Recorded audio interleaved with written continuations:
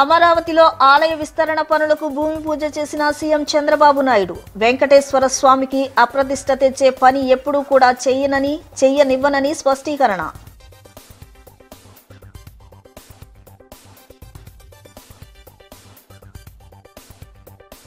భవానీ దీక్ష విరమణ ఏర్పాట్లను పరిశీలించిన జిల్లా కలెక్టర్ లక్ష్మీష, ఇతర అధికారులు.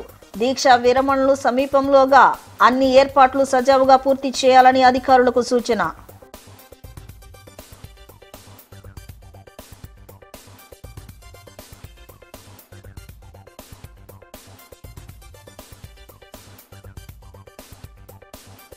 వ్యవసాయ శాఖపై సమీక్ష నిర్వహించిన సీఎం చంద్రబాబు నాయుడు. పంటలకు గిట్టుబాటు ధరలు తగ్గకుండా రైతులకు ఎలాంటి నష్టం జరగకుండా చూడాలని అధికారులకు ఆదేశం.